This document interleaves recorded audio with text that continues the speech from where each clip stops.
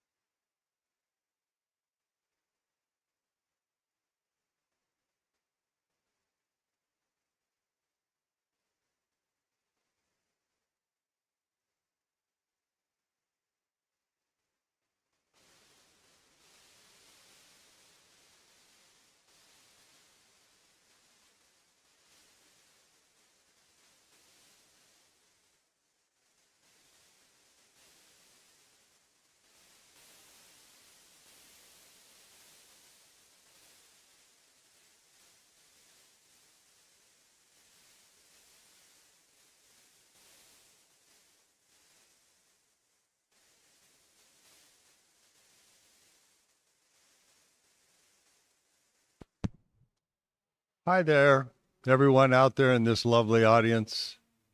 We're going to begin in about 3 minutes, so if you could take your seats. If you have a card with a question you've written down, please provide it.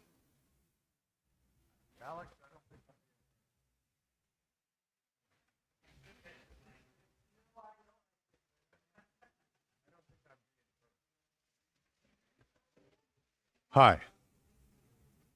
Would you go to the back, Susan, and tell me if you hear me?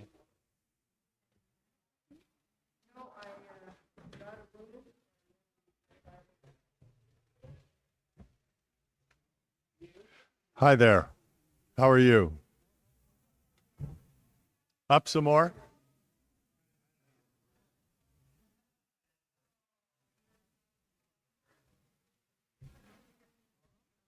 Yeah, I don't want to start yelling into it, so. But I want to be able to talk over all the people who are talking. Hi there. Yeah, I know.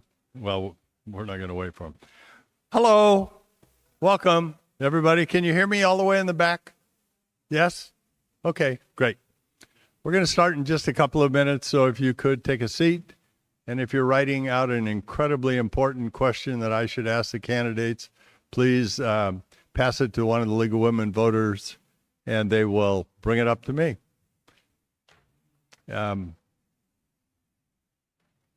Okay.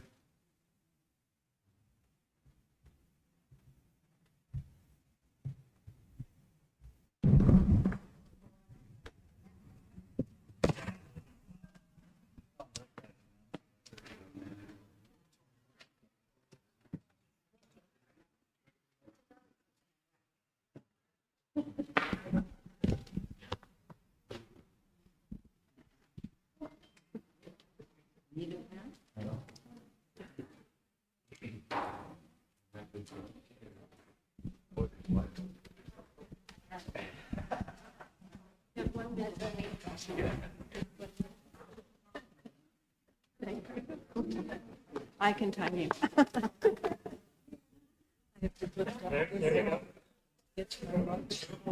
Yeah, awesome. It's been.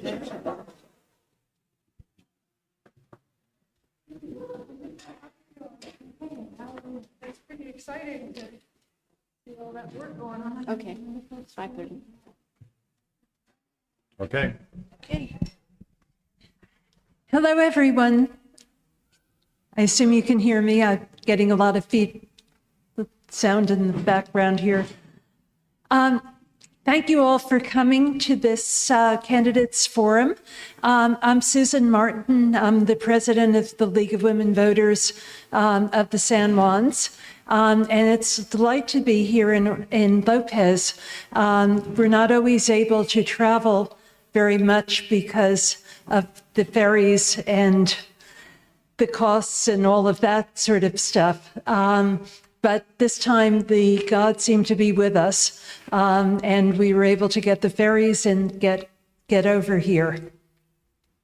I'd like to first give some special thanks to our moderator, Steve Bowman, whom you'll be hearing more from in just a couple of minutes. And also to all of the members of the Voter Services Committee. The League of Women Voters does not endorse candidates or political parties, but we do encourage informed and active participation in government, and particularly with regard to elections.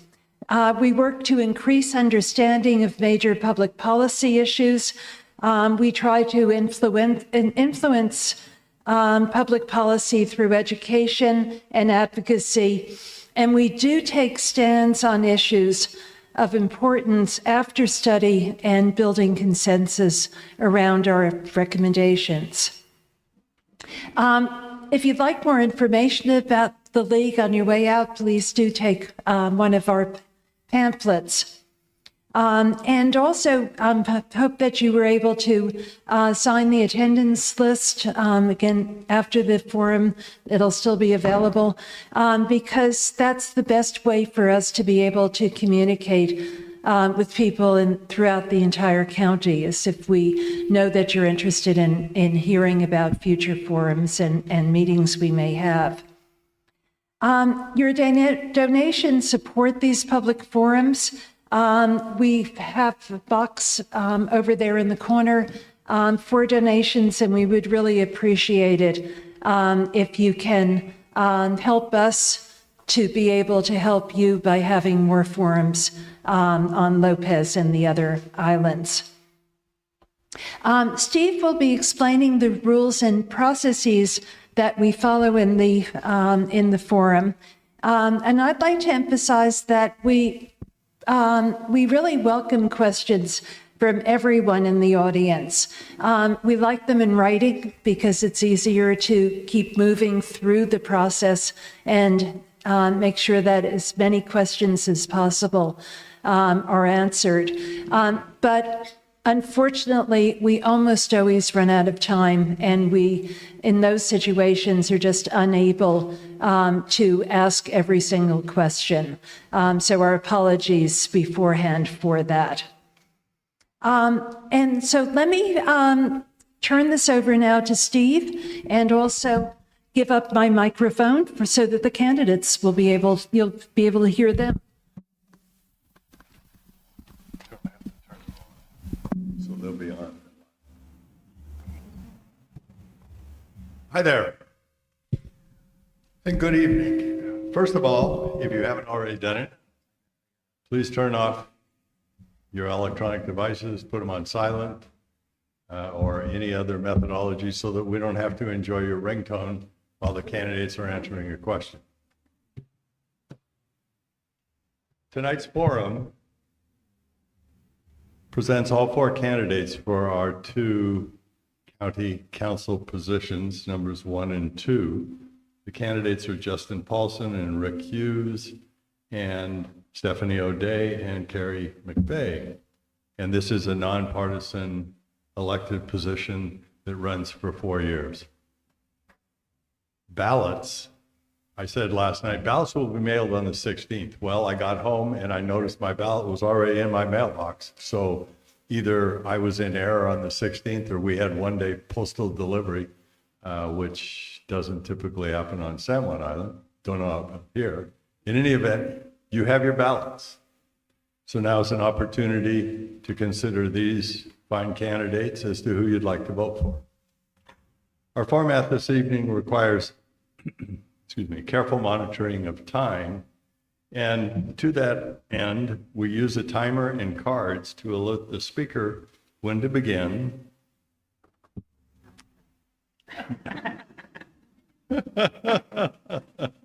Too many cards. Okay. When there's a minute remaining, when there's 30 seconds remaining, and oh, by the way, please stop. And we're happy if the candidates complete a sentence, but we'd prefer they didn't go on to a paragraph. The League of Women Voters expects and requires civil discourse throughout our forums, and all speakers and audiences are expected to comply. We'd like you to hold on to your applause until we get to the end of the evening, and I'll explain what the format is for that. And then, of course, you can enthusiastically applaud me, them, League of Women Voters, or yourself. Doesn't matter. The format for this evening will be each candidate will have 3 minutes to present their candidacy in an opening statement. We'll then move to Q&A with each candidate having 2 minutes to answer each question. If there is a question that is asked specifically to one candidate, that candidate will have 2 minutes, and the other candidates, if they wish, can have 1 minute each to add anything they feel is important for you to know. We'll spend approximately 60 minutes or thereabouts. And I do need to stop and say, there's a variety of us who are going to try to make the 7:30 ferry. Now, with any good luck, it'll be 20 minutes late and it won't be any big deal at all. But we may end up having to end the forum just slightly early, but we will get in as many questions as we possibly can so that you get the best opportunity to hear answers to questions you've provided me. And then we'll conclude with 2 more minutes for each candidate to do closing remarks. We're fortunate tonight to have Jeff, Nodell, and Jeremy from San Juan's Today, which used to be CNL2, and they're live streaming this forum, which is a great service to our county. You can review the forum at sanjuans.today.com and consider supporting this service to our community. And please note, as Susan mentioned, that the League of Women Voters does not endorse any specific candidates. We're holding this forum so you, the voters, can hear from the candidates and be well informed as to how you choose to vote. And with that said, we'll begin 3-minute opening remarks, and I would like Rick Hughes to begin, please. 3 minutes.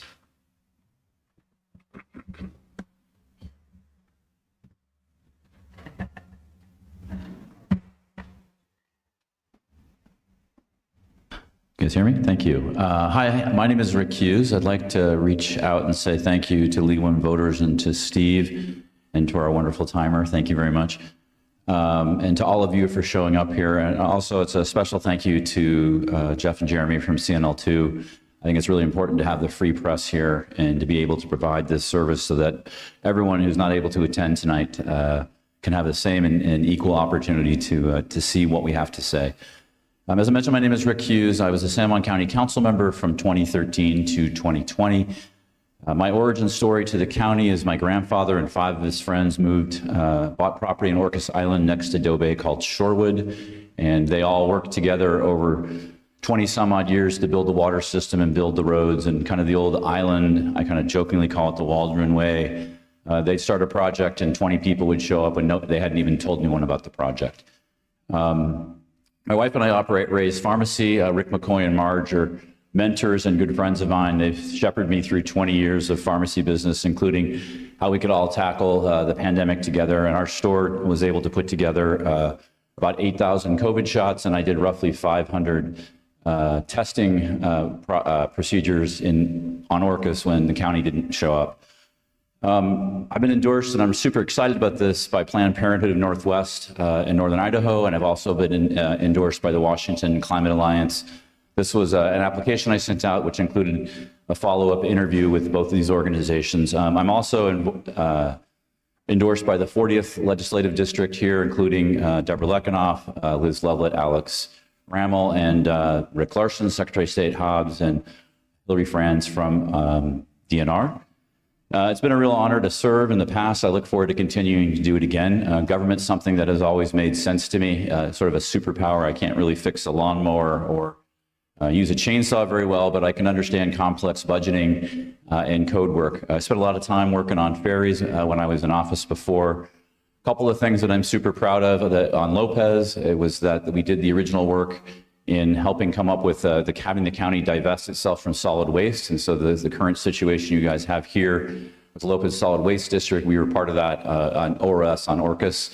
And I was also part of contacting and working with DNR to sell to the county Lopez Hill and Odland South, and then the remodeling or the updating of Lopez, the Lopez Odland Park facility. There's a lot of things we have to work on in the next few years. Affordable housing is one thing, renewable energy, climate change is obviously something that's hitting us hard. Agate Beach is a really good example of that. I've got expertise and experience. I've worked with regional partners, state partners, federal partners, and I'm looking forward to working with our new council to come solve the really great climate problems we have facing us in the future. Thank you very much for your time, and I appreciate your vote. Thank you, Rick. Justin, please, 3 minutes. Thank you. Thank you, everybody, for coming out tonight as well. I want to say a special thank you to Robbie, who does our timing and is the one who holds up that red card. And we've done enough forums now that we've all witnessed the red card, and it is hard to be the person who bears that news. I want to thank Sam Wants Today for being here. These two gentlemen have been working really hard through this entire campaign process, and they're at all of these events. And I will honestly say they are probably the biggest purveyor of information in this campaign process, and they've made it really transparent for our community. So that's very important. My name is Justin Paulsen. I also live on Orcas Island. I've lived there for about 20 years. I first came to San Juan County 23 years ago to build on San Juan Island. 9/11 happened, and we packed up our bags because the construction industry went to zero. We headed down the road and did a bunch of work between here and Tacoma. And then in 2003, a job popped up on Orcas Island that we came and bid on, and it was working for Opal Community Land Trust, building their offices and 4 affordable housing units in apartments behind their offices. And in doing that process, I met this woman who lived up the hill in Opal Community Land Trust housing, who otherwise would have been without a house and would have had to leave Orcas Island. But she luckily was able to get a piece of affordable housing on Orcas, and that's my wife, Amber. And she now operates the largest nonprofit childcare facility in San Juan County, serving close to 80 children from 70 families. And we just recently, I say we, I have zero credit to take here. She now operates the first licensed outdoor nature-based, fully outdoor nature-based early childhood education facility that was ever licensed in the United States. And that exists on Orcas Island and currently has 2 full outdoor facilities serving 60 kids. So pretty amazing stuff. In my service in San Juan County, I've been a parks commissioner on Orcas for 10 years. And I was drug into that by having 5 children. And when you want to keep your kids busy, you get involved in the activities that serve them. I am currently the chair of the Ferry Advisory Committee. I was appointed by Rick to that committee, and I'm proud of the work that we have done. And as I look at Lopez faces here, Lopez has been particularly impacted by Washington State ferries due to the fact that you don't have a reservation system, and allocations have been a big issue for the folks on Lopez. And I'm proud to have worked with Councilperson Fuller to petition to the governor recently to bring $1.5 million in transportation dollars directly to San Juan County to serve the needs of our residents. I look forward to continuing that work, and I look forward to your vote. Thank you. Thank you. Kari, please, 3 minutes. Thank you for being here, and thanks to Steve and the League of Women Voters, and of course, my good friends, Jeff and Jeremy. My name is Kari McVeigh, and I'm running for County Council, District 1, because I want to make sure that we bring more affordable housing to our islands so that the middle class and the lower wage earners have good homes in which to live. I'm running because I want to make sure that we have balanced budgets based on values and priorities. I'm running because I want to make sure that there is a balance between conservation and development, such that we can continue to preserve and protect and sustain our environment. The reason we all moved here. If we weren't already born here, it's the reason we stay. And I'm running because I want to make sure that we have decision-making processes that allow voices to be heard, people to be seen, problems to be understood and communicated in such a way that we understand what we're trying to solve before we take actions at doing that. Like many of us, I came here over 35 years ago as a tourist and fell in love. It took a long time between that 35 years to move to San Juan Island, but my wife and I did that 8.5 years ago. I've been a lifelong, proud and dedicated public servant. From the time I was 20, I was a teacher, elementary principal, director of school reform, area superintendent in some large California school districts that had budgets comparable to the county. And now, when we moved here, I became a superintendent on San Juan Island, and today I'm the part-time superintendent on Shaw, where we're building 2 units of teacher housing. I've served on so many different committees in my community, in volunteer and board positions. But what I know about the county council is that commissioners, council members are absolutely the senior policymakers and the senior executives, and they require strong, dedicated leadership skills that I have, such as conflict resolution, problem solving, facilitation, bringing teams together. I will take all of those skills, and I promise that I will embed those in the decisions that we're making as part of our county council. I utilize engagement strategies that allow people to feel seen and heard. So what I want to do is make sure we have affordable housing for all of us, so we have homes where we can feel comfortable and safe, that we have a balance between conservation and our development, so that we understand our capacities for resources before we make development. And I want to make sure that our budgets and our decision-making processes are transparent and inclusive of all. Thank you. Stephanie, 3 minutes, please. Well, not to be repetitive, but thank you all for coming, and thank you to Robbie, Jeremy, Jeff.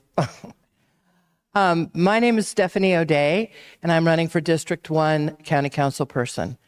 I've been a member of the San Juan County community full-time since 1991. I raised my daughter here. I have 2 grandsons that are on the island, 2 and 10 years old. I'm very invested in the community and have been for many, many years. I've served on a lot of nonprofit boards. I've been a 20-year member of our Kiwanis Club on San Juan Island, where we raise money for children, just solely for children. We do a lot of activities all year. I've been on the museum board. I've been on the Historical Society Museum board. I've been on the Art Museum board. I've been involved all my life in service. But primarily, I am a land use and real estate lawyer. I became a lawyer in the 80s and moved up here in 91 and opened a practice solely devoted to land use and real estate. I've represented quite a number of clients on Lopez Island, including Donna Weeks, who you probably know, Catherine and Clemens and her family. And we had a recent tussle last year with the Lopez Community Land Trust, which I'm glad to say we finally mediated, came to an agreement to get that resolved. I've worked with a lot of the people who work here on the island. We got the permits years ago now, 5 or 6 years ago, for the Lopez Islander. I don't think they ever went ahead and expanded. But I'm very, very familiar with the laws and regulations that govern land use in this county. I've been representing clients, individual clients, for all this time, and now I would like to give up that law practice and come be a council person so I can help solve the problems of the bigger community, all people, all ages, that are having problems with development. Now, that doesn't mean that I'm all development, because I am absolutely not. I'm very familiar with all the regulations that govern this county. Let me show you a copy of my code book. This is the San Juan County Code Book. Look how thick it is. We got regulations, folks. We've got critical area regulations, 57 pages long, that are single-spaced. We've got use regulations, development regulations. We've got clearing and grading regulations. We've got too many regulations. I would like to see those regulations streamlined. At the present time, for the last several years, those regulations have been interpreted in different ways, which has been causing havoc within the development community, within the contracting community. It's put a lot of people out of jobs, out of work, and we need to resolve that. My big issues are housing, affordable housing, of course, bringing childcare that's affordable to all islanders, and permitting. Okay, we'll now move to question and answers. The first question comes from the audience, and this is to all 4 candidates. What can the county council do to promote solar energy production in the islands? And Stephanie, would you please begin? 2 minutes. Well, solar is going to be an important part of our future, of course. We have Opalco that's planning a solar farm on San Juan Island, which has become very controversial. And again, land use issues and regulations come into play there. It's going to be very important in the future for the county council to pass regulations that adopt time, place, and manner for the solar farms to be located. On our particular corner that this solar farm is proposed on San Juan Island, it's proposed at a very big corner that is supposed to be protected by the Open Space Atlas that was passed by the council many, many years ago. There are other better places for solar. In fact, Denise Kulseth, who is the Town of Friday Harbor administrator, told me the other day that she offered to have that solar farm moved to the landfill facility on San Juan Island. That would be a great place for it. But there are regulations that have to be in balance with the location of future solar farms on San Juan County. We have, that's really, In Europe, apparently, I understand that there's a lot of solar activity that's going on over parking lots, on rooftops, and that would be a good place for them. Why not put it at King's Market, maybe at Island Market on Lopez, in open spaces that aren't being used. Another alternative to solar energy will be the upcoming discussion about tidal power, and I'm really interested in that. I think, of course, we have so many areas where tidal power could be appropriate. And I understand that it is not going to hurt fish, not going to hurt whales, and that it's not, you cannot hear it from where you are. So that's what I think about solar energy. Thank you. Kari, 2 minutes. Of course, I'm for solar energy.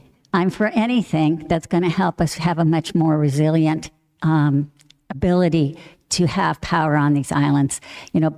The fact that we get all of our hydroelectric from Bonneville, and those prices are going to go up when that contract is up for renewal in 2028, means that we have to find a lot of different ways to try to increase our resiliency. We're never going to be totally resilient on our own means, but we have to invest in all the ways that we can. And the bigger question for me is not whether it's solar, it's where is it going to be solar? And I think that requires some changes and some permitting to make siting renewable energy regeneration places easier on all of our islands. But the most important thing is to have the conversations with the community.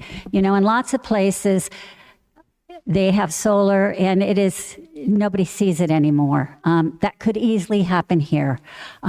But before we get to that, we have to make sure that people are felt seen and heard about where we're siting it. Those have to be community conversations. They can't be solely the purview of the council to make those decisions without having a strong engagement process, so that we can look at all the different ways that we can site them, and then what changes do we need to have in our regulations and our permitting to make it easier to happen so that we'll have much more energy resiliency. Thank you. Justin, please, 2 minutes. So this is a really great topic right now because right now the county's going through the review of the UDC, the Uniform Development Code. And it's the Uniform Development Code that is sort of the nuts and bolts document that says how and where growth and development of all the various things in our county happens. And the aforementioned project over on San Juan, Opalco has secured a tract of land and they want to put a solar farm on there. And they're having to go through what's called a conditional use permit process. And a conditional use permit process is a really expensive, long, protracted issue. I just went through one and it took 17 months to get the forest school that I mentioned pushed through a conditional use process. 17 months just to do a childcare facility. You can imagine what a solar farm is going to take to get through. And so what we have to do is try and make that process easier, and the next step down is called a provisional use process. And you get to that by doing the work on the front end and not waiting for the projects to arrive. You do overlay zones and say, where is it that is the appropriate place to site these things? And we end up mitigating the arguments ahead of time. So if we can pre-identify through our planning process, getting all of the stakeholders together at the table, we can start to pre-identify where these projects are going so that Opalco and our renewable energy partners aren't wasting their time fighting through legal battles to get this work done. Because if we force them into that corner, it's going to take 5 years, 10 years to get these projects done. Right now, the federal government has money that they want us to use to get these projects in place. If we don't have our regulations squared away to put that money to work on the ground, it's going to the next community. And our community, more than any in our country, I would argue, needs energy resiliency more than others. Because when the cord gets cut between us and the mainland, we better have a way to power our needs. Thank you. Rick, 2 minutes. Thank you very much. So solar energy is one of my favorite topics. I think at one point in time I had the 5th biggest system or 6th biggest system in the county. So my wife and I put 63 kilowatts on Ray's Pharmacy, 8 kilowatts on our house, and 8 kilowatts on another building that we operated. When I was in the county council in 2020, I developed the climate change resolution and helped bring forward a 1 megawatt plan that we had budgeted for to put solar panels on county buildings. We got the first part started in 2019 and 2020, which was 400 kilowatts on the Park and Fairgrounds Marie Bow building. So, my goal is that we need to have every single county building that provides service to our community needs to have the ability to have power. And the county's main job is to be open. There's going to be some kind of an incident, may it be an earthquake on the I-5 corridor or some other situation. Like when I was in office, we got the internet got cut and we didn't have the ability to function or even communicate within the island. So we need to have redundancies and sustainability to take care of ourselves. I know how to get that stuff done. I'm looking forward to it. One of the things that we need to do so we don't run into some of the Baylor Hill issues, the community needs to get together and figure out where we want to site solar farms. The first thing we need to do is build on the built environment first. So that could be landfills, building tops, parking lots, airports if there's not too much reflection. And then we need as a community to figure out where we think the right place to put solar is. It can't all go to Decatur or Blakely or other places with smaller populations. We're going to need to have access to renewable energy. As was discussed here, the Bonneville contract's coming up in 2026, and we had a 50-year rate advantage for our community because the power was generated in Washington.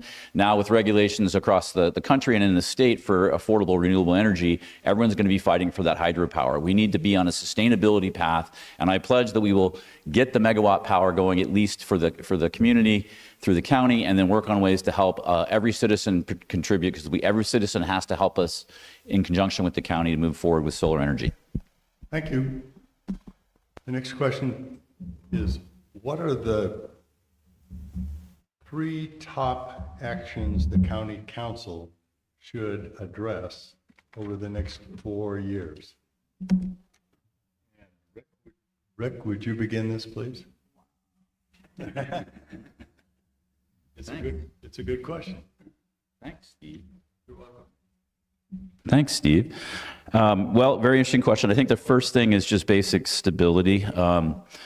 I feel like things are a little bit different. We need to make the county boring again, which is something that I feel like it was when I was in office. I think we need to be transparent, easy to understand. The permitting needs to be something that is reliable and people understand what they're going to get. If it's going to take a certain amount of time, then the community needs to know that.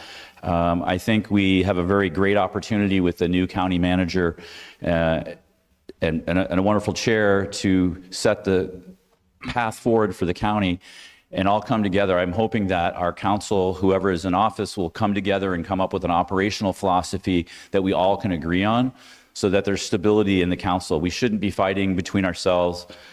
We need to have a clear path. We need to set vision. We need to be a customer service organization that our goal is to help people achieve the goals in the county. And if we feel like environmentally isn't the right path, then we need to modify our legislation.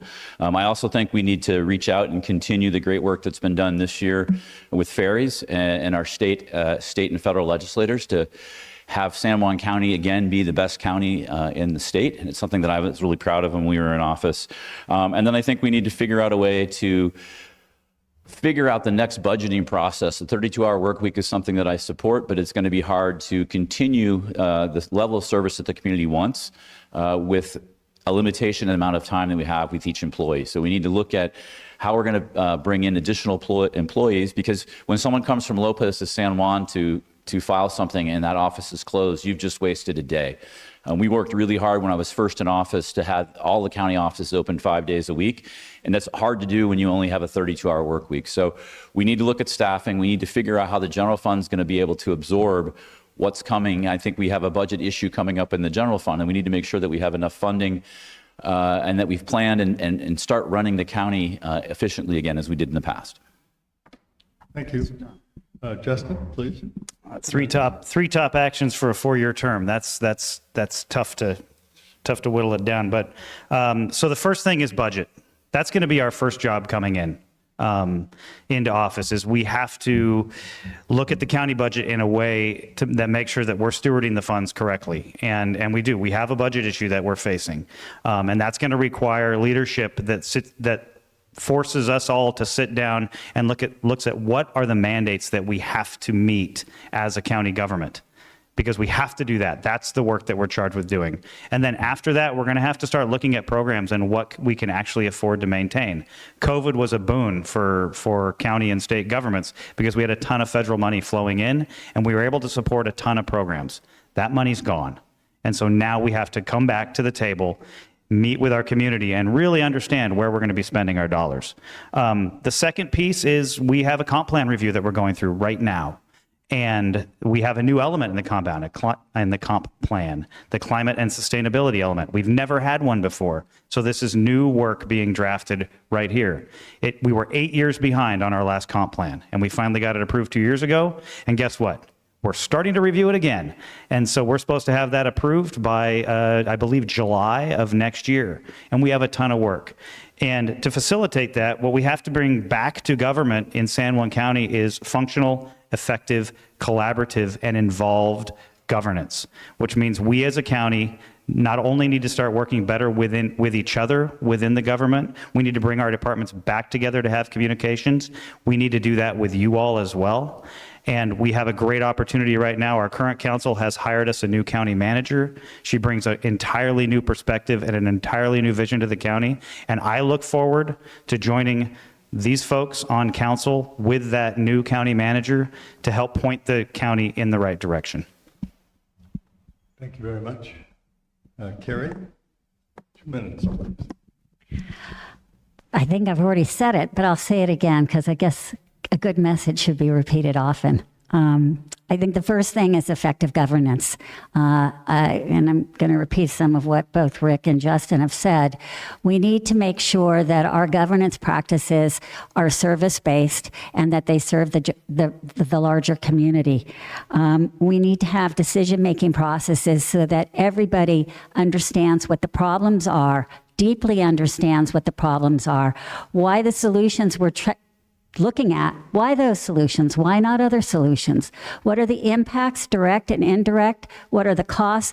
And who have we communicated with and listened to regarding impacts before we take action? And I think that's a shift from how, at least in the previous many years, that our government at the county level has been operating. I think we have to build relationships, build back some relationships with towns, with all the islands together. I think we have to build regional, state, and even national relationships to advance our common good. We need to create more affordable housing. Our middle-class people have no place to live to call home for too many of them. And so hopefully in the next 4 years, we can increase the inventory of permanently affordable homes. And we really have to make sure that we're taking care of our environment as we're doing that kind of development so that the islands that we love today will be here for our children, our grandchildren, and our grandchildren's grandchildren. Thank you. Stephanie, 2 minutes, please. Well, I think we were all hitting on some of the same subjects. Obviously, we have got a budget crisis coming up, and we're going to have to be dealing with that. I'd like to also talk about housing and permitting and childcare, of course, but a lot of that's all wrapped up in land use and issues of that nature. I want to back up a minute and talk about the county council's role. When I was pleased to be elected in 2003 for a home rule charter that we created and passed into law in 2005. You people did that, our county did that. We made it very clear that we have 3 separate branches of government: legislative, judicial, and executive. The primary role of the county council is to act such as a board of directors does in corporation, but is not to manage the day-to-day work of the county. That work has been delegated to the county manager. We have a brand new county manager. Her name's Jessica Hudson. She just came this year, started in July, I believe. And the jury's still out. She's not been able to do a lot because she's just getting used to how big our government is and how many different departments we have. We have 283 employees in this county. We have a $141 million budget a year, which for 18,000 citizens, and it's got to be tightened. It's got to be We just have to make hard cuts where we need to make hard cuts. I think that's going to be taking the departments, we have too many departments, and consolidating a couple, 3 departments and saving money that way. There are issues that we're spending money on that we don't need to be spending money on. I think we hire too many consultants in this county for just about anything that goes on. We hire consultants, that goes into the budget, and I think that a lot of that is a waste of time and waste of money. As far as affordable housing, we've got to come up with an agreeable balance between permitting and the environment. Thank you. Thank you, Stephanie. Our next question is, as a council member, what new initiatives would you propose or support to increase the number of affordable housing units in San Juan County? And Kari, will you please go first? Sure, I think we have to continue new initiatives. But I think before we get to new initiatives, we have to strengthen the relationships and the initiatives we have going already. Our home trusts are very important. I've seen the work that's happened here on Lopez, on San Juan Island, and on Orcas. We have to make sure that those home trusts are strong and are moving forward. I think we need to also look at different kinds of partnerships. We're doing public-private partnerships to get teacher housing on San Juan Island. Forgot where I was. Shaw Island, where I'm the superintendent. And we've put in a lot of our own money, but we've also fundraised from, 15, 30 people right now, different places that are giving us money to help with that. We're almost there. We've raised a little less than $1 million from multiple individuals. So we have to find other ways to do that. We also need to open our permitting. We need to figure out ways to have permits that are easy to get, that they're transparent, that affordable housing jumps to the top of the permits, that we don't have to wait so long because the need is so great. I think we need to look at ADUs, making them easier for people to have so that they can be for permanently affordable. And I think that's the key. We got to make sure that what we're doing in affordable housing is for permanently affordable housing, not just housing that starts out affordable and 5, 6, 10 years later, it goes to market rate. That's not going to help solve our problems. So we need to look at those. ADUs, density issues that we can put a little bit more in the urban growth areas. Those are the ways we can. And I think we have to start talking to a lot more. Stop. Perhaps that last word was people. Stephanie? 2 minutes, please. Affordable housing is the #1 crisis that we have in the county right now. You all know people who live in guest houses. You all know people who live in sheds and garages. You all know people who come in the summertime and live in tents so that they can be kayak guides, etc. It's just not happening right now, ladies and gentlemen. We've got to do more. You have the Lopez Community Land Trust, which is a very nice nonprofit organization on this island. Orcas has Opalco, and San Juan Island now has the Home Trust. We need to think outside of the box and not just look to our nonprofits to be able to build these affordable housing. The affordable housing going in with the Home Trust on San Juan Island is saying that they're going to bring 35 or 40 units, which are going to all be rental. That's great. But there's other issues that we need for the middle income people and the families to be able to stay here so they do not leave. One of those issues that I have or one of those ideas that I have has always been, I've been touting this the entire campaign, is to loosen up the guest house regulations in the county. Yes, we have to keep primarily our growth to the urban centers, urban growth centers. That's required by the Growth Management Act and understandable, but we don't have to have such tight regulations on somebody who wants to build a modest guest house or bring in a tiny home or bring in a modular to house a guest, and they can get their own income from that as well. So 4 acres, I think, should be the the change that the regulation makes and not requiring a guest house to be only 100 feet from a house, from the main house. So I am very proud of the fact that my husband and I built a tiny home community on San Juan Island. And the way we did this is I bought a property in town after I saved a lot of money over a lot of years to go ahead and buy that property. Thank you. And we house a lot of people. Rick, would you please, 2 minutes. Great, thank you. Obviously, affordable housing is one of the most important issues that we face as the county. When I was in office, I was lucky to be part of a bunch of different programs. We helped write the affordable housing REIT that's attached to the land bank. We worked with the land bank to transfer the Argyle lots in Friday Harbor. I was the vice president of the Opportunity Council in Whatcom County, and we worked together to purchase an apartment that was going out of permanent affordability, so that the Opportunity Council purchased that apartment building to keep things going. And here in Lopez, not only we work with the land trust, but we also helped another group that we came up with public land, and we sold it to that group, and they built, I think, 6 or 7 houses right next door here. Moving forward, new ideas that we need to look at. First and foremost, we have an amazing housing advisory board that put together a great plan that's in our comp plan that hasn't been executed, and I think we need to tackle that one head on. Part of that would become working for increasing densities in our UGAs.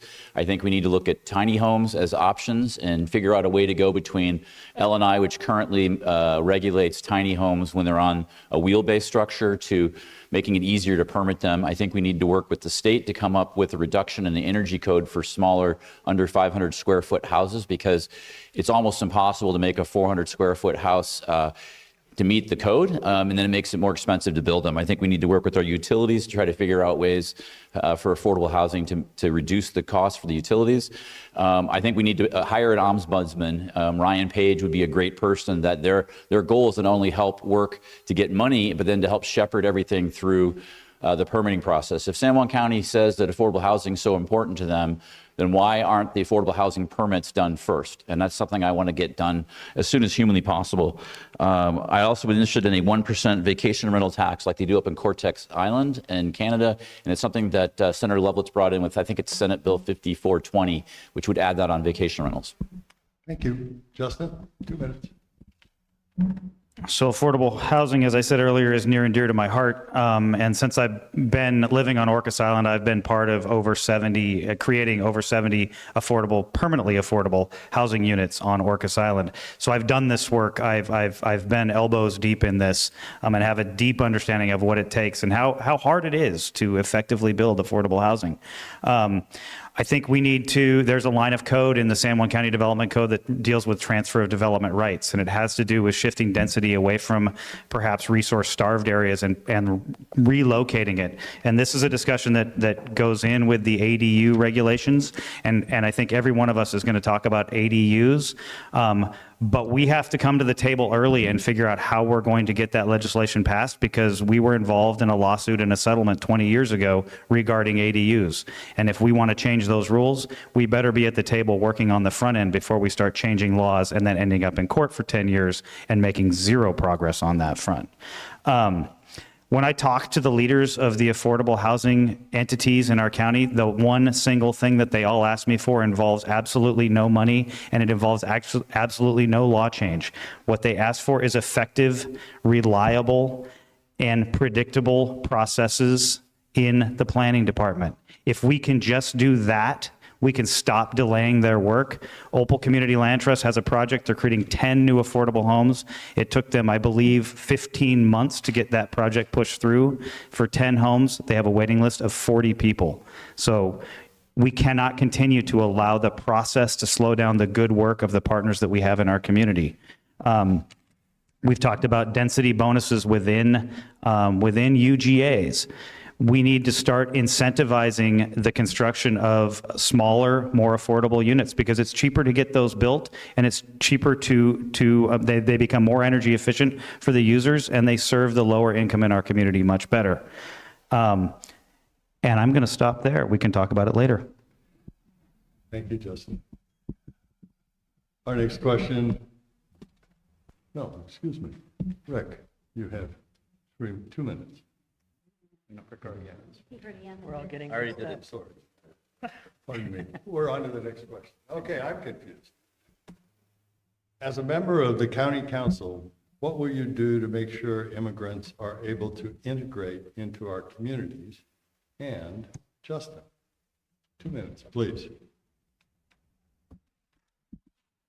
This is a near and dear topic to me. My grandson is Salvadorian, and I'm really glad that his family is able to be in our community, because if they weren't, then I wouldn't have a grandson.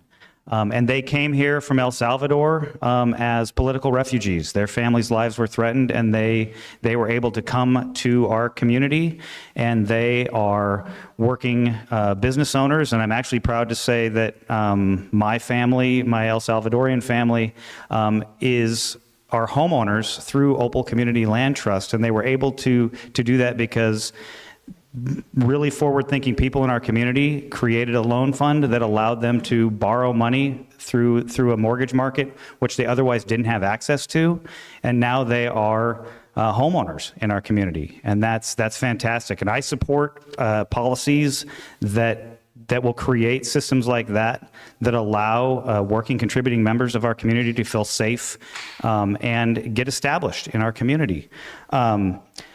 Many years ago, it was unsafe for immigrant families to leave the islands because they were being arrested by ICE in Anacortes. And that's not acceptable to me. And we as San Juan County have an ordinance that is aimed at fighting that. We need to be keenly aware that opportunity or that issue could come up again. And as San Juan County residents, we need to be planning ahead to make sure that every resident of our community is protected and safe, and they feel protected and safe here. I can remember my son going to a soccer game and a whole group of kids not being able to go to that game because their parents were fearful of sending their kid on that school bus for fear that they would be arrested and deported. That cannot be how we exist in our community. Everyone here has a right to live here, and they have a right to be a participating member of our community. Thank you. Rick, 2 minutes. Thank you very much. This is also an incredibly important subject for me. When I was in office, we did write an immigration policy that Justin referenced. One of the things that's interesting to me is that I look at everyone in our community as a community member. It doesn't matter where they are, what nationality they come from. It's not my job to tell them they should or shouldn't be here. It's my job to stand in front of a federal officer and to protect this community. What I think we need to do to help integrate, my wife and I have already started it. We provide the Latinx community. There's a wonderful food truck on our property that we help get them started. I think we all need to work together to help get either new business loans, as was mentioned, to keep people safe and feel safe in our community. I think that it's really important to focus on the DEI resolution that I helped draft and write and pass in 2020 and make it stronger and better. I feel it was watered down and it could offer more protection. I think we need to also make our community feel more creatively multicultural. I don't feel like we are. I think there's a really great program in Orcas called Women in the Woods, and Michelle puts together multicultural creative events that teach our community and then makes others feel safe and welcome in the community that we have. I also think that part of the immigration platform is that, again, we provide the ability for people here to have access to bilingual services. I know the county's done a really good job in the last couple of years of integrating and providing content and dual language. I think we need to go further with that. I think it's really important that we, again, follow the DEI resolution and go out and actively hire bilingual employees that will help integrate into the community. And I think we also just need to go out and listen and learn. I've got a lot to learn from the Latinx community, and I want to make that opportunity available so that everyone in this community feels safe, and that if we need to do a better job, that we have an open window and an open door for everyone to come tell us how we can make this a better place for everyone in the community. Thank you. Stephanie, please, 2 minutes. I adore the Hispanic community. I work with them on a daily basis on San Juan County, San Juan Island. The Hispanic community, Latinx community, is 8.1% of our population. There's a lot of Latinos here that live and work in our community. They're warm, loving, family-oriented people. Sure, once in a while there's somebody who does something wrong, but there's somebody in every race that does something wrong at some time or the other. I believe that we need to completely protect the Hispanic community. I have a family who actually lives on my property, and I work with them on a daily basis. They have 2 girls, 18 and 21 years old, and one of them was born in Mexico because her mother had been pregnant here, gone back to visit her mother who was dying of cancer, and then had the baby and came back like 2 days later. But that young lady who's 21 years old cannot, she's applied for the DACA program many times. That's a federal issue, but not gotten any relief so far. I don't think the council can do anything about that, but I'm very, very supportive. The other young lady is 18 years old. She just graduated from high school with good grades. She's got a lot of scholarships, and I'm very happy to report that she's at nursing school in Bellingham. Very, very proud of them. The husband and wife are extremely hard workers. I don't know what I would do without them. They live in a house on my property and don't pay any rent and do some work for me on the side or in lieu of rent.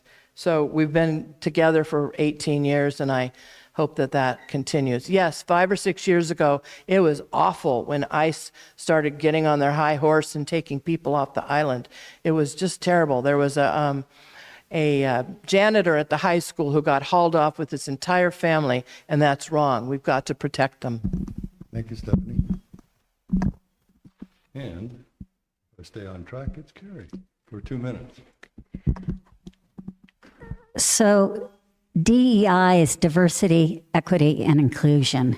And I think the first thing that council can do, and I think they are doing it, is to proclaim loudly that diversity is a strength, that all of our communities are strengthened by our diversity, whether it's ethnicity, religion, gender, sexual orientation, whatever it is, we ought to be singing the praises of how diversity makes us stronger.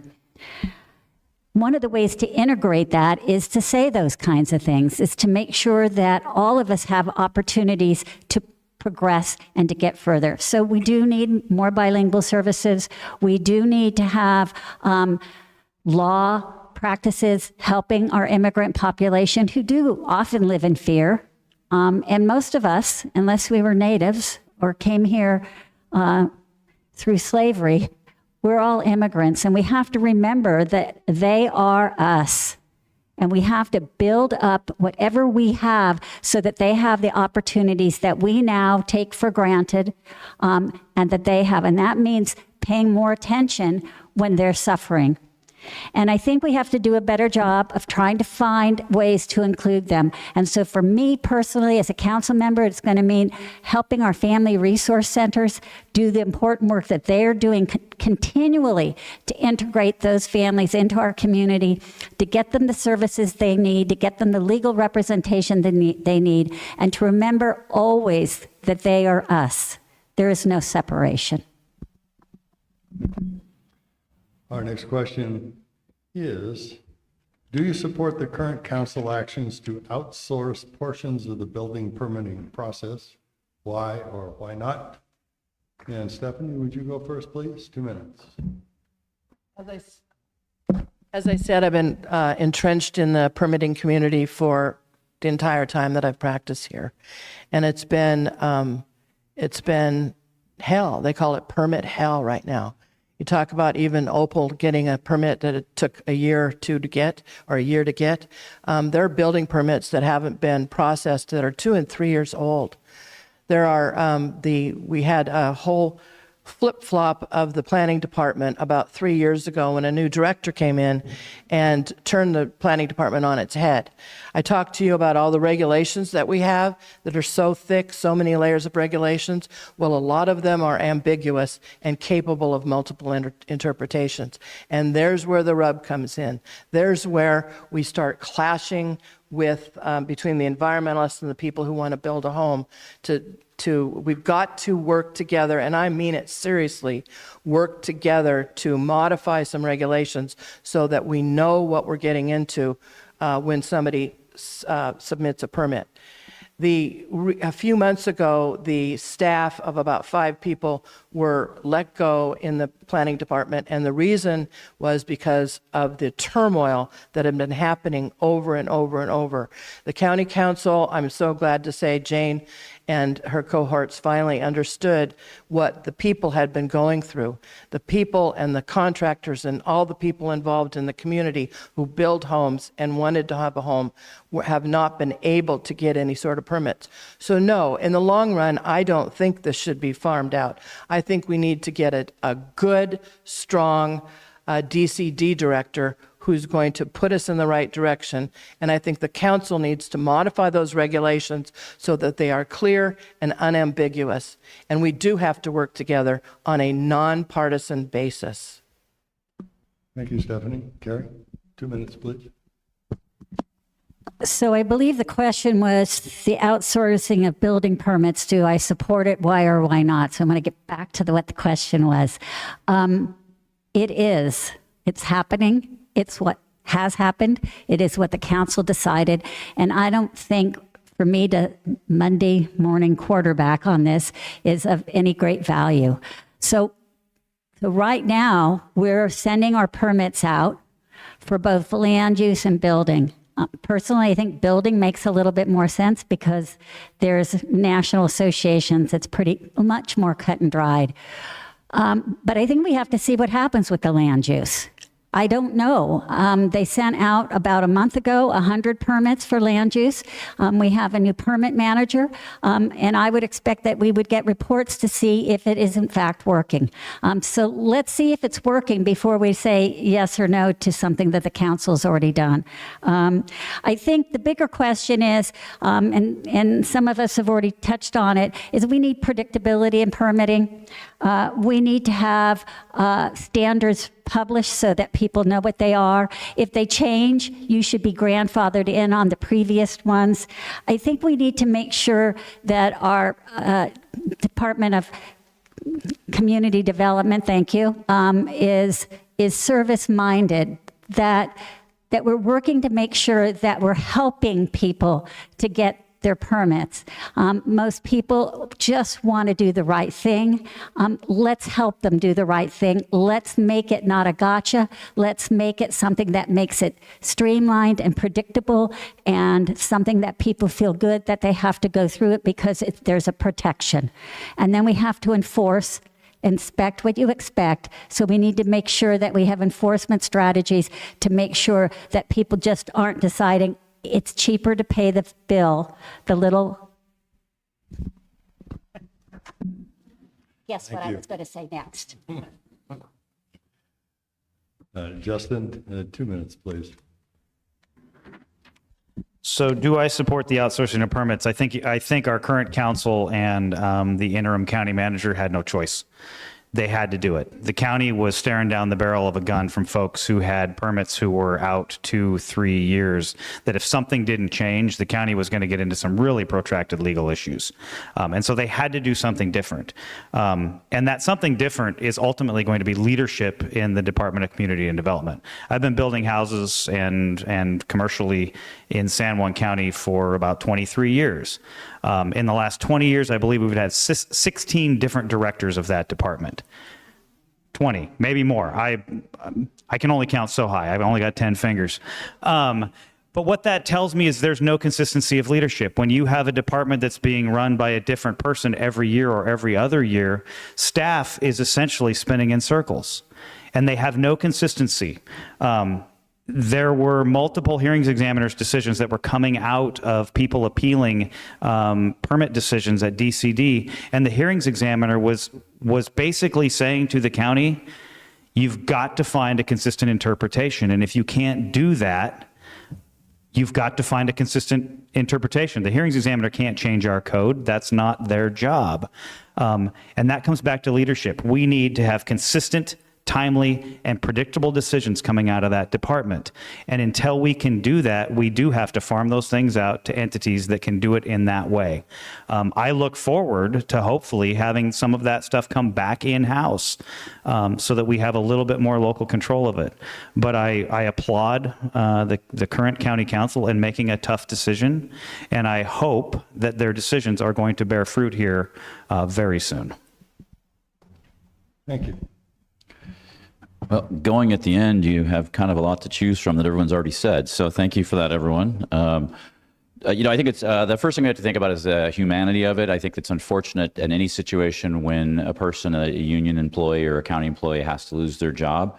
And to have a whole department at one time has got to be really hard, not only on morale in the department as well as in the community. But I have to, as was mentioned, I have to applaud our chair and council. It's a really, really hard thing to do. And I applaud them for making that effort. Something, as was mentioned, had to change. There was a lot of litigation that was coming or may still come. And there was just, unfortunately, Erica Shook left, who was a really amazing director, and another person came in and it wasn't quite as good. And there wasn't leadership, as was mentioned, in the department. And so something had to be done. So they did it, and I appreciate it. We've been talking about third-party approval of permits since, 2000, right? So thank heavens they've actually tried it. And like anything, I don't think we can say is it good or bad at this point in time, because we need to let it play out. We need to understand.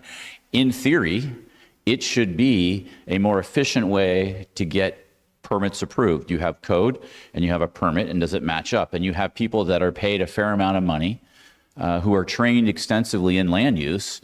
And this should be a real easy decision to say, yes, this is going to make sense over time.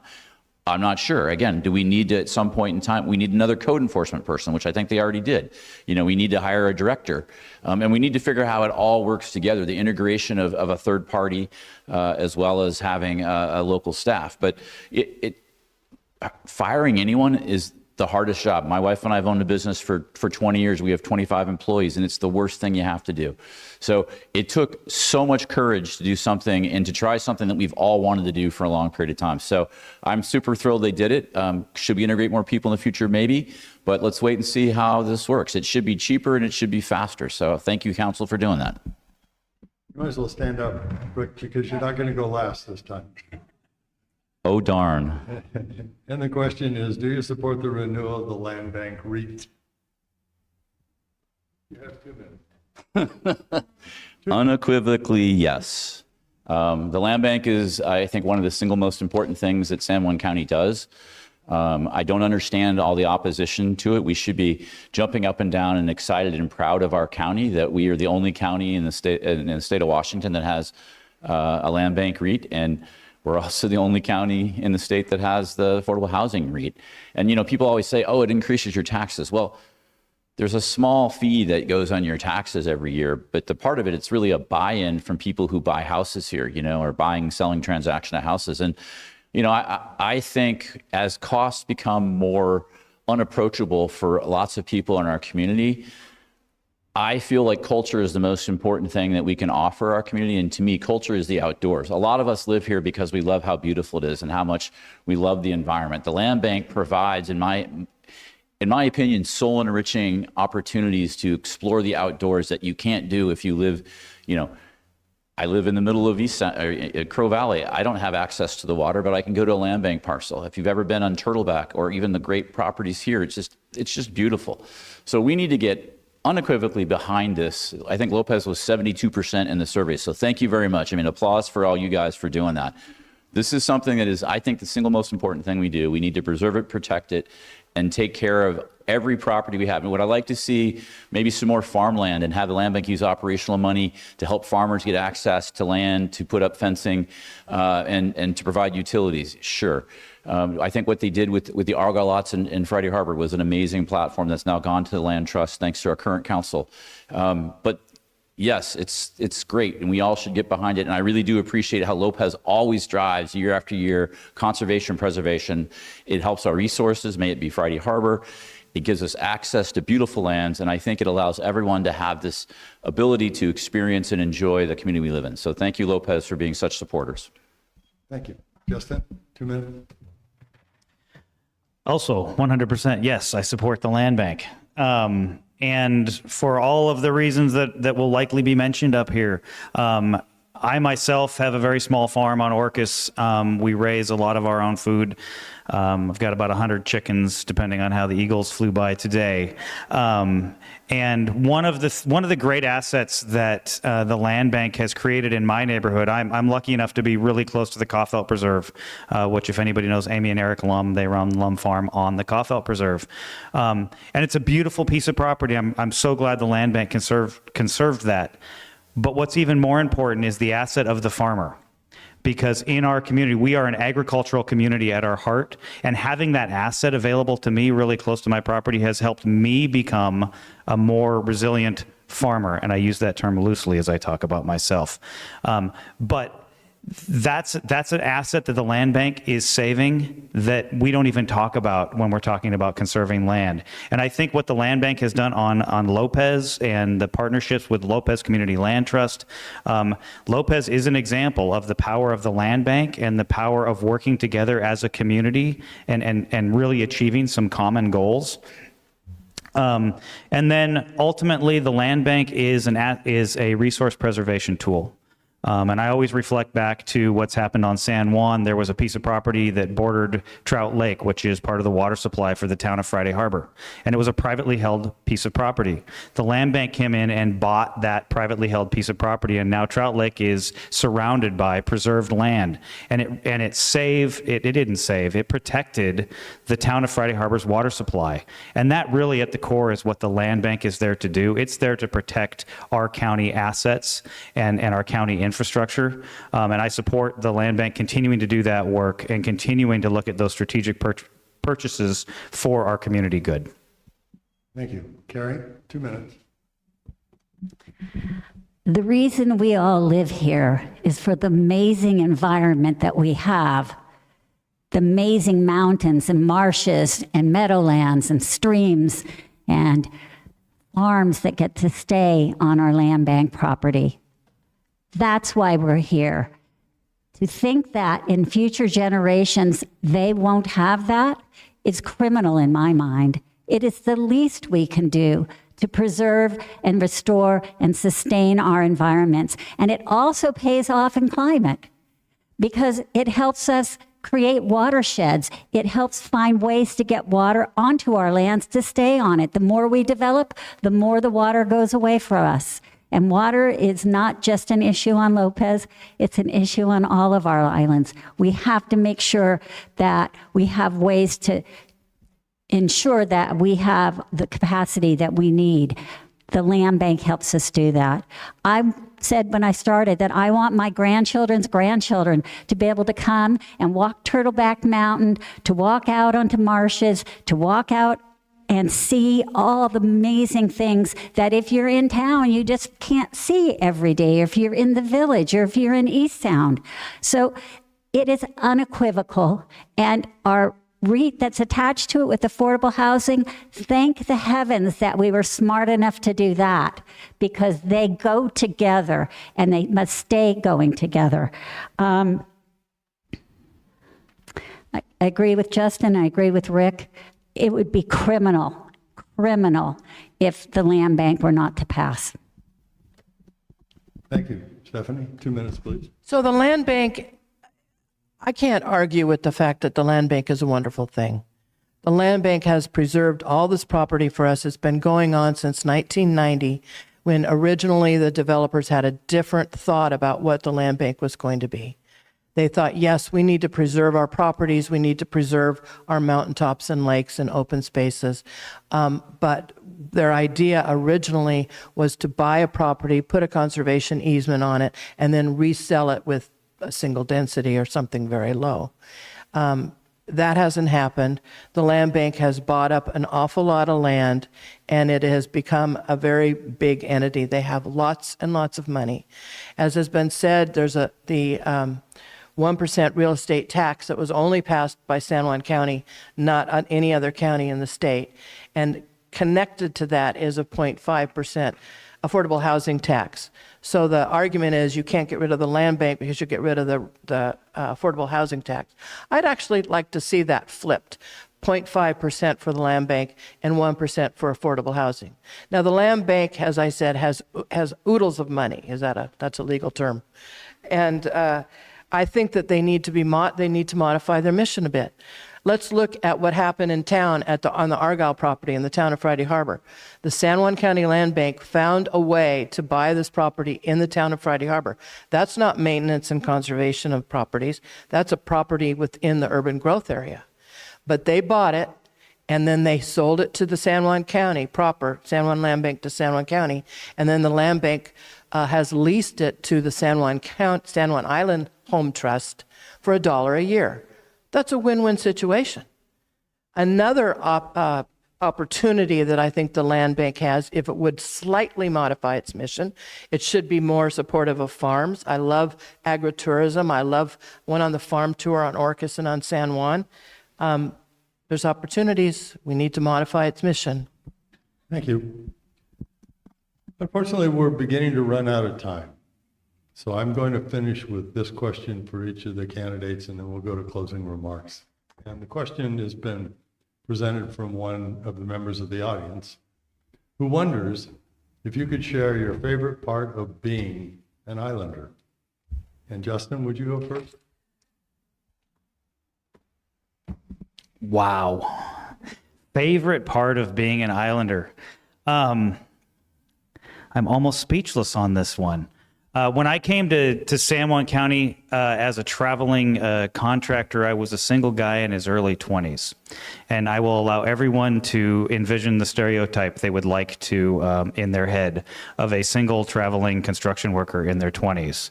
And I will tell you that stereotype is 110% correct. And when I landed on Orcas, I met my wife, and she had 3 daughters at the time. And there is no 180-degree turn that you can take from the stereotype you all just had in your head to the sudden father of 3 girls. And I think that single moment, that single evolution in my life is my favorite part of being an Islander, because that's what drove me into being involved in the community. And I have since had 2 more sons. So I have 5 children. I have a basketball team. And I now have 2 grandchildren, and I have 2 more on the way as of April. And that has only solidified my resolve to achieve this position. I am looking at this county from the perspective of my children, and I'm looking at this county from, or this job from the perspective of my grandchildren, because I want them to grow up and I want them to thrive here. So I'm not going to take my full 2 minutes. That has what has galvanized me and my values as an Islander. Thank you, Justin. Rick, 2 minutes. I'll take your 30 seconds if you don't want to. So as I mentioned earlier, my grandfather purchased a bunch of land with his friends from Bellingham to make a summer generational home. All that land has been passed on through generations. My son's a 4th generation Islander on my side and 6th on my wife's. The meaning of the thing is, and this will branch off in many ways, but it's community. It's community when 9 people fight to get their car first next to the flat tire to help change it. Community is, like I mentioned earlier, if there's a project you're doing at your house and 10 people show up and you never told anyone about it. It's people coming in and saying, hey, I need help. And again, 9 people show up to help. I think, we are amazing people. We're a little crazy because who wants to live in an island that doesn't have a ferry that works ever, So it's people come in we have an outdoor shop, and people come in and they talk and they're like, hey, you're from New York. I'm thinking about moving here. I'm like, well, hold on a second. It might take 3 years for someone to talk to you, and you're either going to hate it or love it. And I think that's the greatest thing about being an Islander, is that we're all special people in our own way. And as you get into community, I love the diversity of community from island to island. Everyone's like Sin City over in San Juan, and my kid went to Spring Street, so oh gosh, he went to Spring Street. And then you go to Waldron and like Opalco's illegal. I mean, some of us sometimes wish that's possible every day, everywhere, And then you go to Decatur and it's a whole different environment. And Orcas is different from Lopez. And I think that's what's great. The old sort of Greek city-state myths was they'd all fight each other all the time, and then someone would attack and they put their shield wall together to defend each other. And as soon as the threat went away, they'd start fighting again. And it circles all back to community. When you know that even people you don't know that well will come help you. when you hear an aid call, right? And I'm kind of a scanner hound, and there's like 15 EMTs that show up for, maybe it's like a missing dog or something. I mean, it's just, that is who we are. We help serve. I think it all comes down to service and in our community, and everyone in this community wants to help someone else out. Thank you. Stephanie, 2 minutes, please. It's the community, stupid. Of course it's community. I love to live here because of the community. It's so different from the city that I came from Seattle. Seattle has just gone down the tubes, of course. But up here we don't have a caste system. We don't have tribes. We don't have, I mean that in a colloquial sense of the word. It doesn't matter what you do for a living. I have friends in all kinds of trades and all kinds of professions all over the place. You're friends with a baker or a gardener or a lawyer or anybody, and everybody is friends, and nobody thinks they're better than anything else. Well, most people don't think they're better than somebody else. We take care of each other, and we need to continue to take care of each other. We need to quit being partisan and spend our time and energy helping each other like we used to do. My slogan has been protecting the island way of life, and I pledge to continue to do that. Thank you. 2 minutes. Yes, it's community, but what does community mean? And when my wife and I first moved to San Juan Island, I can remember saying to her that, it's just going to take us a while. And she's an introvert, so she was happy if it took us a while. But I'm an extrovert, so I was like a little concerned. I shouldn't have been concerned, because on the first day that we moved into our house, one neighbor came over and said, you need to join the Seroptimist because community is about service. And then within a couple of days, another neighbor came to the house and invited us to another social service event. And before I knew it, I was a Seroptimist. I was on the logistics team of the fire department. I was in service, which works for me because I've been a public servant forever. That's what our community is. And one of the biggest things was the first winter we were there, we live up top of a hill and didn't have a four-wheel drive, wasn't thinking real smartly about the hill when we bought the house in the snow, but my car spun out and I got stuck on the side of the road. And as Rick said, within a very short time, two guys, I don't know who they were, I since have learned who they were, just came over and pulled us got us back on our way. So that's who we are. And everywhere I travel, that's what I see on all of our islands. I see that level of community. It's why it's home to me, and it's why I hope to leave here, hopefully many years from now, as I like to say, feet first. Thank you. And we'll go to closing comments, and Justin, would you begin, please?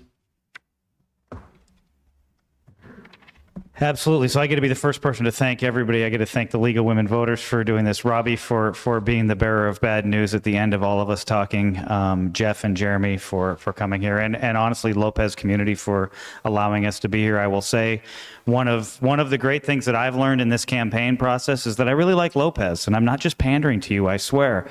Lopez is really cool. We've had some of the most amazing meals over here, visited some of the most amazing farms on Lopez, and whether I win this race or not, you're going to be stuck with me because I'm coming back.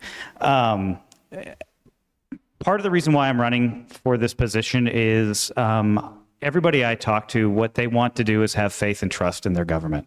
And that's what I hope to bring to all of you. I want to be able to look everybody in our community in the face and have them know that they can trust that I'm taking their input, I'm listening to them, and I'm listening to their neighbors. And I am considering everyone's perspective, and that you can trust me to make what I believe is the best decision given the information that I've been able to gather. And I'm going to sit down with folks from all sides of all equations. That's part of what I'm bringing here. I have a history of building coalitions with folks who don't necessarily always agree. I am very proud to have the endorsement of Rhea Miller. I'm very proud to have the endorsement of Jamie Stevens. I'm very proud to have recently received the endorsement of Christine Minnie and Cindy Wolf. And so I hope that the leaders, those endorsements of the leaders in the community signal that they also trust the work and the processes that I'm going to do to bring your voices back into San Juan County government. Thank you. Rick? I'm still going to say thank you to everyone. So thank you, Steve. Thank you, timekeeper. Thank you, Lopez community and the community center for letting us be here. And again, I appreciate the fact that we have the free press here providing access to content. I think it's local government's one of the most important things we can do. This is going to be a really important election up and down the ticket. I encourage you to spend a lot of time thinking about who you vote for and make good choices, but at least just vote. I served for 8 years and I made some mistakes. I did a lot of really good things. I'm also a completely different person than I was 4 years ago. My head was a little big and I thought I knew how to solve all the problems. And from losing an election to spending almost a year giving pandemic shots or COVID shots in my parking lot, it came back to me that the most important thing for me to do is to serve my community. And I'm good at it. I have worked in nonprofits, I've worked in the private sector, I've run my own business, and I worked in the county council. I've served on 20 some odd boards. And if there's a problem, I will find a solution. I have a lot of time in Olympia. I've got many legislators on both sides of the aisles that have asked me and they can't wait for me to come back to help work on transportation issues, health issues. I've gotten a bill passed in Olympia that lets us use our road fund to work on marine facility assets. We're a bunch of islands and our marine facilities are in disrepair. We need to get that fixed. The Lopez solid waste facility, I think, is in some trouble, and I want to help figure out how to make that work better. The county needs to provide the land that I thought we took care of back in 2020 that's adjacent that Public Works is on. And we need a funding tool. I used to beg the solid waste team, like, can you not do a vote, not every year, let's do it for 5 years so you don't have to go through this process every year to get funding. So I too love Lopez. I spent a lot of time here over the last 15 years. And I want to spend more time here. You know, again, like I mentioned, I helped get Lopez Hill and Odland South to be county assets from DNR. And that was me running into Hillary Franz and becoming friends and saying, hey, here's a crazy idea. We don't want to have to fight Lopesians 50 years from now. Let us buy the land now. Thank you very much. Thank you. Stephanie, 2 minutes, please. We need to restore the soul of our community. It's going away from us, ladies and gentlemen. This place has become very partisan. I'm very sorry to say that there's been a lot of rhetoric in this election, not only federally, but locally, and it's become very divisive. That's wrong. We have to work together to make things work here. I'm not a politician. I never have been a politician. I'm a businesswoman. I'm a lawyer, and I've been entrenched in this community for many, many years. I know the people. I know the workers. I know the contractors and the realtors and the professionals and the experts and the people who want to build properties. I want to now leave that land use profession as a lawyer and put my skills to work as a member of the county council. People are fed up with being taxed. They're fed up with having levies be the answer to everything. We need to have more innovation outside of the box instead of going to the same old thing. So if you want the same old thing, if the government is just fine with you and nothing needs to be changed, well, don't vote for me. Because I'm a problem solver, and there are a lot of problems that we have in San Juan County. They are not going to get solved by us being divisive, by us saying, oh, you're a this or you're a that, and I'm not going to vote for you, or I am going to vote for you because you're blue or red or whatever. By the way, I'm completely in the middle. Construction and tourism are the backbone of our economy, and they're both in trouble. And we don't have enough money because tourism is down 19%. We need to spend our money more wisely. I would like to be one of the overseers of that budget on the county council and be one of the legislators that bring unambiguous, clear laws to our community so that we don't argue about things anymore. Thank you. Thank you. Kari, 2 minutes, please.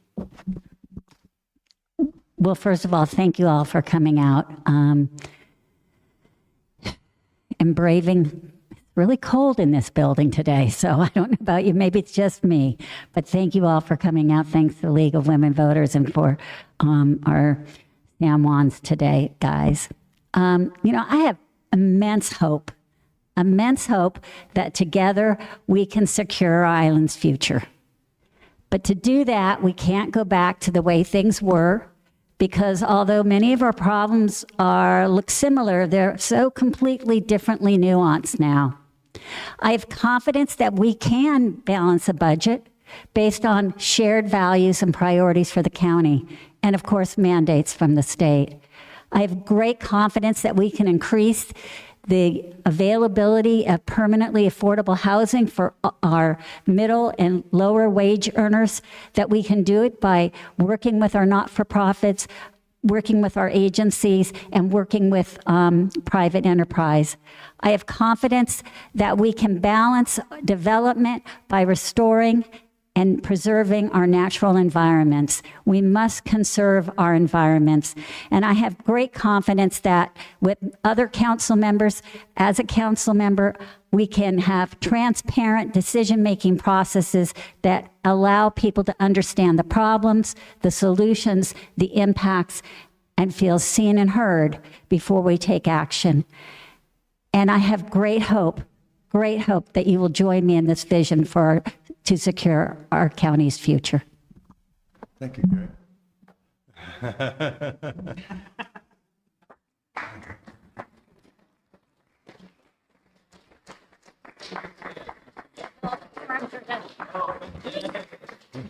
We have one more. Yeah.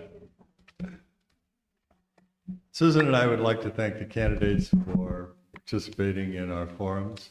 This is the third forum, San Juan, Orcas, and now here. And personally, I love coming to Lopez because the audiences are always engaged, the questions are great, and it's a fun opportunity for us to present candidates to all of you to help you understand how you'd like to vote. So thank you very much for that. I'd like to thank Jeff and Jeremy for streaming this, and it'll be up on their sanjuanstoday.com in a bit if you want to go back and look at it. Also, if you feel so inclined, we would love to have more members in the League of Women Voters from this island. We've had a number of members over time. We'd love to have a few more.